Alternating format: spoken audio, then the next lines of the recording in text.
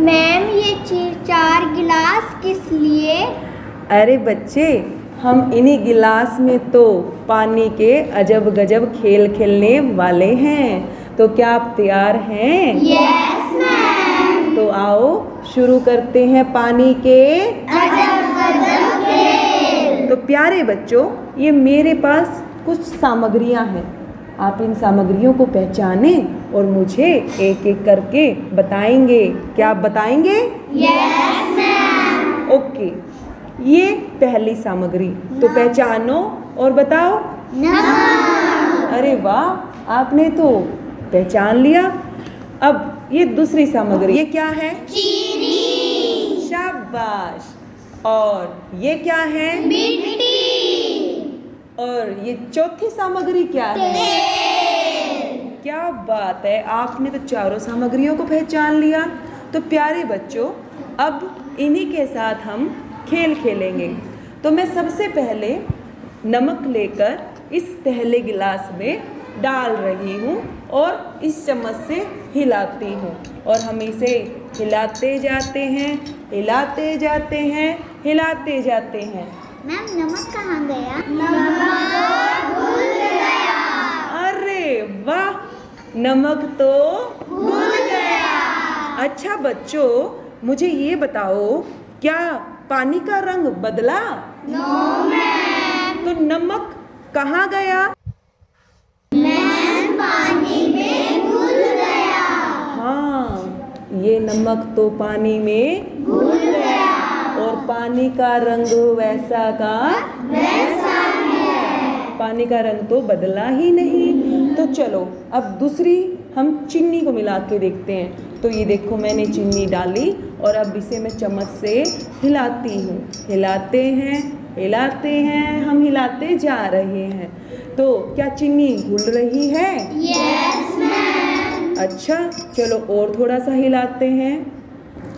Ma'am चीनी कहाँ गई? तो बच्चे, आप ही बताओ मुझे कि ये चीनी कहाँ गई? चीनी तो पानी में घुल गई। अरे, ये भी घुल गई। Yes ma'am. तो क्या पानी का रंग बदला? No ma'am. तो कैसा रंग है पानी का? वैसा वैसे का वैसा। तो बच्चे, अब हम लेते हैं तीसरी सामग्री। वो क्या है हमारी? मिट्टी। तो मैं मिट्टी को मिलाती हूँ और इसे हिलाती हूँ। तो आप देखते रहना कि इसमें क्या परिवर्तन आ रहा है, ठीक है? तो बच्चों, क्या इसमें आपको कोई परिवर्तन दिखाई दे रहा है? Yes ma'am. पानी का रंग भूरा हो गया। अरे हाँ, पानी का रंग तो भूरा हो गया, पानी का रंग बदल गया। तो क्या मिट्टी भी घुल गई है? मिट्टी तो नीचे चली गई है, घुली नहीं है। हाँ, ये घुली नहीं है। तो चलो अब चौथी सामग्री देखते हैं। Yes ma'am. और वो क्या है? तेल। तो मैं थोड़ा सा तेल लेती हूँ और इस पानी के अंदर हमारे अरे तुम तो बहुत अच्छे से समझ रहे हो, शाबाश। तो मैंने ये तेल डाला और अब इसे हिलाते जाते हैं, हिलाते जाते हैं। मैम ये तो घुल ही नहीं रहा। अरे चलो थोड़ा सा और हिला के देखती हूँ। हिला देती हूँ, चम्मच से हिलाती हूँ। घुला? बच्चों, हमने देखा कि तेल तो इसमें घुला भी नहीं और ना ही पानी का रंग बदला, और देखो एक अलग ही लेयर बन गई है। तो प्यारे बच्चों, हमने ये अलग अलग खेल खेले। हमने नमक डाला, चीनी डाली, मिट्टी डाली और तेल डाला। तो इसमें कौन कौन सी चीज थी जो घुली? सबसे पहले क्या डाला था? नमक। तो क्या वो घुला था? Yes ma'am. फिर चीनी वो भी घुल गई। वो भी घुल गई। उसके बाद मिट्टी नहीं घुली। नहीं घुली, लेकिन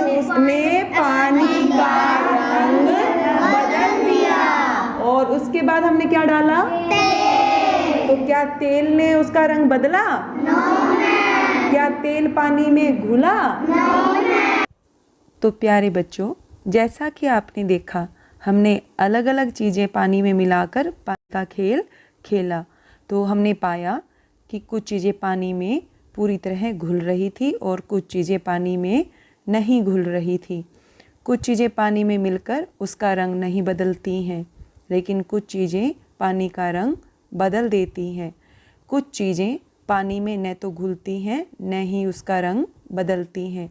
तो आप भी अब अपने घर पर कुछ सामग्री लेंगे और उनके साथ यह खेल खेलेंगे और देखेंगे कि कौन पानी में घुला और कौन नहीं घुला, किसने पानी का रंग बदला और किसने पानी का रंग नहीं बदला। तो आइए बच्चों, एक और खेल खेलते हैं और यह खेल है डूबा और तैरा। तो तैयार हैं आप? तो आइए खेलना शुरू करते हैं। तो बताइए यह क्या है? कटोरी। इसको इस पानी के कटोरे पर मैं रख रही हूँ। तो बच्चे, कटोरी कहाँ है अभी? कटोरी तो पानी में तैर रही है। बिल्कुल, ये तो तैरने लगी। अच्छा बच्चों, ये क्या है? चम्मच। इस चम्मच को इस पानी में डालती हूँ। मैम, ये तो डूब गई। अरे हाँ, ये तो डूब गई। ये क्या है बच्चों? नींबू। चलो, इस नींबू को हम डाल देते हैं पानी में और ये कहाँ गया? डूब गया। ये भी डूब गया। Yes ma'am. अच्छा, तो हम कुछ और डाल के देखते हैं। तो प्यारे बच्चों, अब इसमें मैं ये कागज का टुकड़ा डालती हूँ। ठीक है, तो आप मुझे बताना कि कागज का टुकड़ा कहाँ है? ये तो तैर रहा है। हाँ, ये तो तैर रहा है। चलो कुछ और डालते हैं। आपकी पेंसिल डाल के देखते हैं कि वो तैरती है या डूबती है। तो मैंने ये पेंसिल डाली। मैम, ये तो नहीं डूबी। हाँ, पेंसिल नहीं डूबी। तो अब मैं डालती हूँ प्लास्टिक का ढक्कन। आपकी बोतल का ढक्कन डाल देते हैं इसमें और देखते हैं। ठीक है, तो बताओ कहाँ है ढक्कन? ये तो तैर रहा है। हाँ, ये भी तैर रहा है। मैम, कागज तो डूब गया। अरे हाँ, पहले तो ये तैर रहा था। तैर रहा था और अब कागज डूब गया। तो आप ही बताओ कि कागज क्यों डूबा होगा? क्योंकि वह गीला हो गया। हाँ, वह भीग कर डूब गया। तो बच्चों, अब हम इस छोटे छोटे चीनी के दानों के साथ ये खेल खेलते हैं। तो चीनी के दाने डालते हैं और देखते हैं, अरे ये भी डूब गए। तो प्यारे बच्चों, इस डूबा तैरा के खेल को हम एक नई चीज़ से खेलते हैं। तो ये देखिए मैं क्या बना रही हूँ। हाँ, पूड़ी। आओ इसे तल लेते हैं। ये पहले तेल के अंदर डूब गई, देखिए फूल रही है और फूल कर ये ऊपर आ गई। तेल के ऊपर आकर यह तैरने लगी है। तो प्यारे बच्चों, आज हमने यह डूबा तैरा का खेल अलग अलग चीज़ों के साथ देखा। हमने देखा कि कुछ चीज़ें डूब रही थी और कुछ चीज़ें तैर रही थी। जब किसी वस्तु को पानी में रखा जाता या डाला जाता है तो उस वस्तु के द्वारा हटाए गए पानी का भार उस वस्तु के भार से यदि अधिक है तो वह वस्तु तैरती है, और यदि वस्तु द्वारा हटाए गए पानी का भार वस्तु के भार से कम है तो वह वस्तु डूब जाएगी। तो आप भी अपने घर पर इस खेल को अलग अलग चीज़ों के साथ खेलें और देखें कि कौन सी चीज़ तैरती है और कौन सी डूबती है। अच्छा बच्चों, क्या आपने बारिश के पानी में भी खेल खेले हैं? ज़रूर खेले होंगे। तो एक बात बताइए, जब सड़कों पर बारिश का पानी भर जाता है तो वह कुछ समय बाद कहाँ चला जाता है? हाँ, भूमि में चला जाता है, धूप से सूख जाता है। तो हम पौधों को जो पानी देते हैं वो कहाँ चला जाता है? पौधे क्यों सूख जाते हैं? मिट्टी पी लेती है, मिट्टी सोख लेती है, बिल्कुल सही। और धूप में भी वो भाप बनकर उड़ जाता है। ठीक है। अच्छा, हमारे कपड़े गर्मी में जल्दी सूखते हैं या सर्दियों में जल्दी सूखते हैं? बिल्कुल सही। गर्मियों में हमारे कपड़े तेज धूप के कारण जल्दी सूखते हैं। तेज धूप में पानी भाप बनकर उड़ जाता है।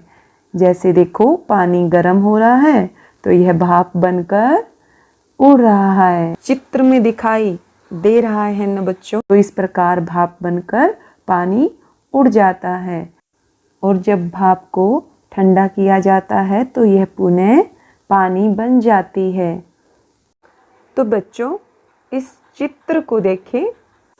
क्या आपने भी ऐसे कभी बनाए हैं? ऐसा आपने किस मौसम में देखा है?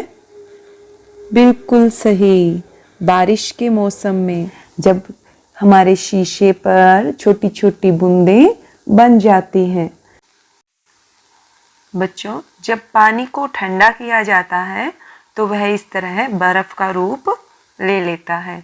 और जब इस बर्फ को गर्म किया जाता है या गर्म हवा के संपर्क में लाया जाता है तो यह पुनः पानी का रूप ले लेती है। अच्छा बच्चों, क्या आप में से कोई कभी समुद्र किनारे गया है? हाँ मैम, मैं मांडवी समुद्र तट किनारे एक बार गया था। अच्छा, तो अब ये बताइए, किसी ऐसे सागर का नाम सुना है जिसमें वस्तुएं, इंसान डूबते नहीं, तैरते रहते हैं? नहीं मैम। तो आइए बच्चों, आज हम एक ऐसे सागर के बारे में जानते हैं जिसमें कोई भी व्यक्ति या वस्तु डूबती नहीं है, बल्कि वह तैरती रहती है। यह है दुनिया का सबसे नमकीन सागर, जिसका नाम है मृत सागर। इसका पानी इतना नमकीन होता है कि हम चख भी नहीं पाते, और इसी कारण इसमें कोई भी वस्तु या व्यक्ति डूबता नहीं है।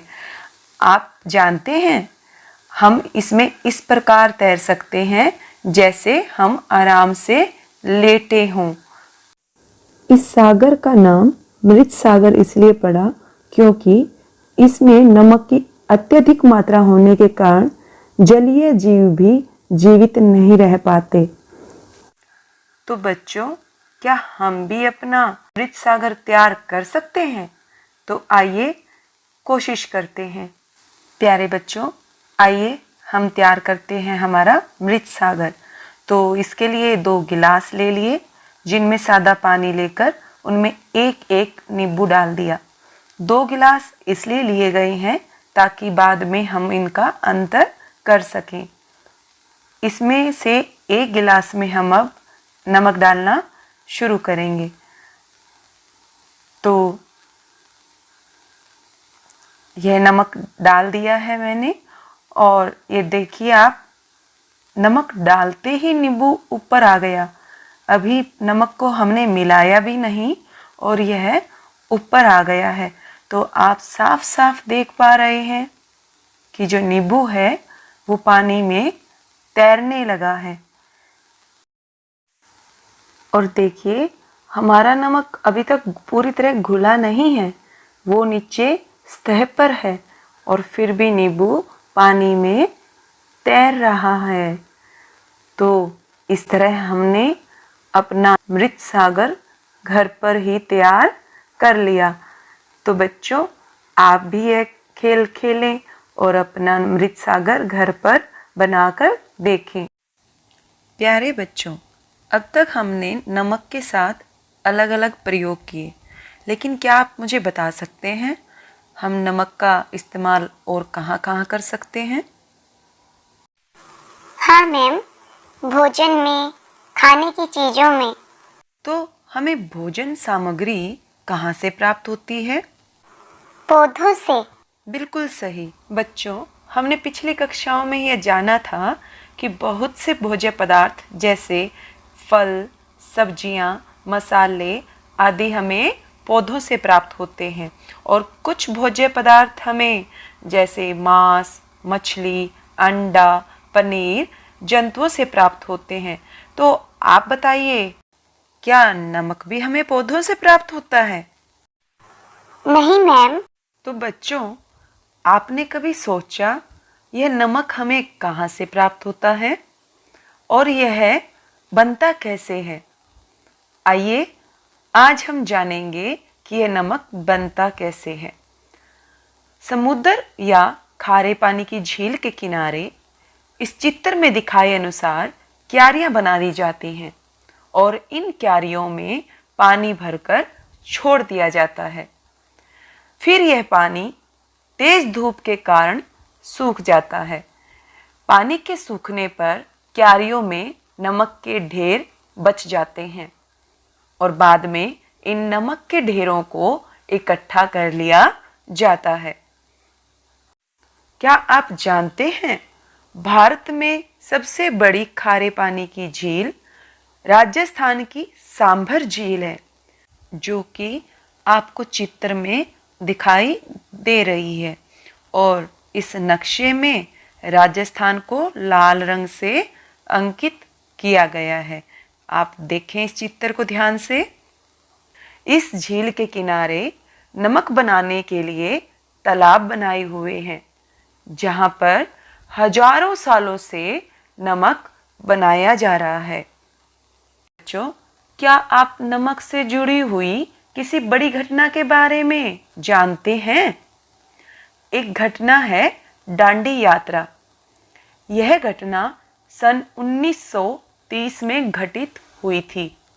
इस घटना के अनुसार महात्मा गांधी जी ने अहमदाबाद से दांडी के समुद्र तट तक एक लंबी यात्रा की थी और इस समुद्र तट पर पहुंचकर उन्होंने अंग्रेजों द्वारा बनाए गए नमक के कानून को तोड़ा था। तो हमने जाना कि नमक किस प्रकार बनाया जाता है। तो प्यारे बच्चों, आइए परखें जो हमने आज जाना। रिक्त स्थानों की पूर्ति कीजिए। चीनी व नमक जैसी कुछ चीज़ें जो पानी में घुल जाती हैं, हमें घुलने पर खाली स्थान नहीं देती हैं। तो इसका सही जवाब है दिखाई नहीं देती है।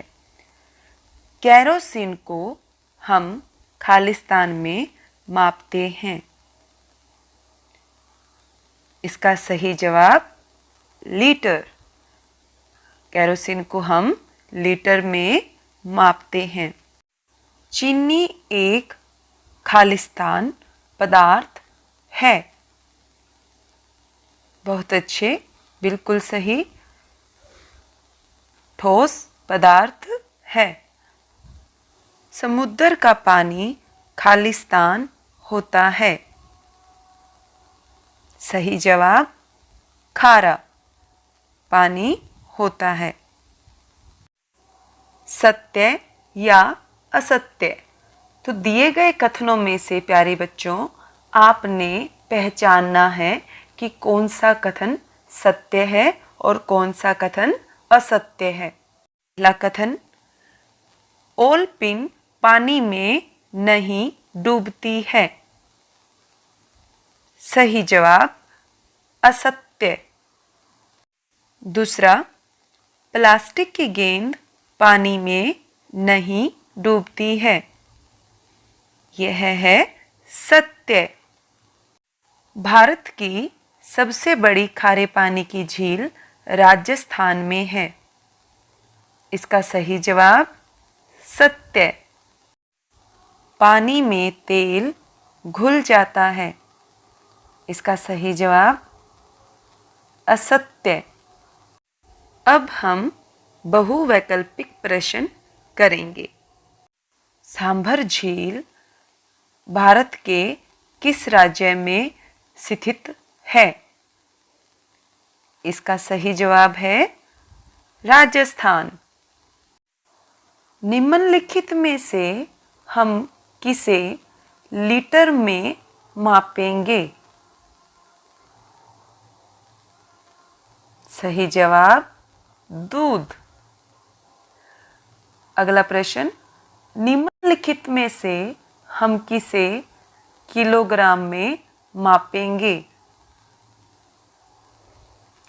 बिल्कुल सही। सही जवाब है गेहूं। दांडी यात्रा की घटना किस कानून से संबंधित है? इसका सही जवाब नमक कानून से। दुनिया के सबसे नमकीन सागर का क्या नाम है? और इसका सही जवाब है मृत सागर। तो बच्चों, हमने इस पाठ में कितने सारे प्रयोग देखे और कितना कुछ सीखा। तो आइए एक बार हम इस पाठ की दोहराई कर लेते हैं और देखते हैं कि हमने क्या क्या सीखा। हमने सीखा कुछ पदार्थ पानी में घुल जाते हैं लेकिन पानी का रंग नहीं बदलता है।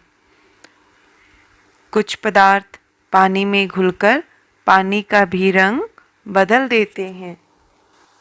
कुछ पदार्थ ऐसे भी होते हैं जो पानी में बिल्कुल भी नहीं घुलते। कुछ पदार्थ पानी में घुलते नहीं लेकिन पानी का रंग बदल देते हैं। कुछ चीज़ें पानी में तैरती हैं, कुछ चीज़ें पानी में डूब जाती हैं। कुछ चीज़ें पहले तैरती हैं और फिर डूब जाती हैं। जब वस्तु द्वारा हटाए गए पानी का भार वस्तु के भार से अधिक होता है तो वस्तु तैरती है। यदि वस्तु द्वारा हटाए गए पानी का भार वस्तु के भार से कम है तो वस्तु डूब जाती है।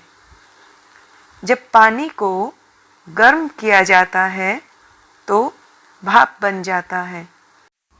जब पानी को ठंडा किया जाता है तो यह बर्फ बन जाता है। जब बर्फ को गर्म किया जाता है तो यह पुनः पानी का रूप ले लेती है।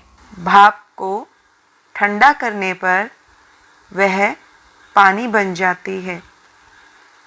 यदि पानी में नमक की मात्रा अत्यधिक हो जाती है तो वस्तुएं तथा इंसान उसमें डूबते नहीं हैं। खारे पानी के सूखने पर हमें नमक प्राप्त होता है। दुनिया का सबसे नमकीन सागर मृत सागर है। भारत की सबसे बड़ी खारे पानी की झील राजस्थान की सांभर झील है। गृह कार्य, पाठ्य पुस्तक झरोखा कक्षा 5 पृष्ठ 117 पर बोतल में तेल पानी वाली गतिविधि करें। पानी का अपना क्या रंग और स्वाद है, पता करें। क्या चीनी के पानी में भी वस्तुएं तैरने लगती हैं? क्या पूरी की तरह आटे की लोई भी तेल में तैरेगी, पता करें। तो प्यारे बच्चों, आज हमने इस पाठ से बहुत कुछ सीखा। तो आप भी इस दिए गए गृह कार्य को करें और नए नए खेल सीखें।